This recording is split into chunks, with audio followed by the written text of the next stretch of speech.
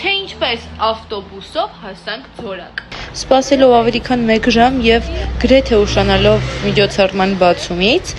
շարժվեցինք Ձորակ, տեղավորվելով 3 մեքենայում 22 հոգով։ Ամեն ինչ անորոշ էր եւ մենք չէինք հասկանում ինչ ավտոբուսի մասին է խոսքը։ Կազմակերպիչներն ասում էին, որ ավտոբուսը վաղուց տեղում է, սակայն մենք չէինք կարողանում գտնել, մենք մեքենայով, ընկերանան իր մեքենայով, տաքսին այլ ճանապարհով հասանք։ Վերջապես հասնում ենք եւ մեր շքեղ ելույթով ապահովում ենք միջոցառման բացումը։ Ետ վերադառնալուց հասկացանք, որ խոսքը ոչ թե ավտոբուսի, այլ գազելի մասին էր, որը կանգնել էր ստուդիայի փոխարեն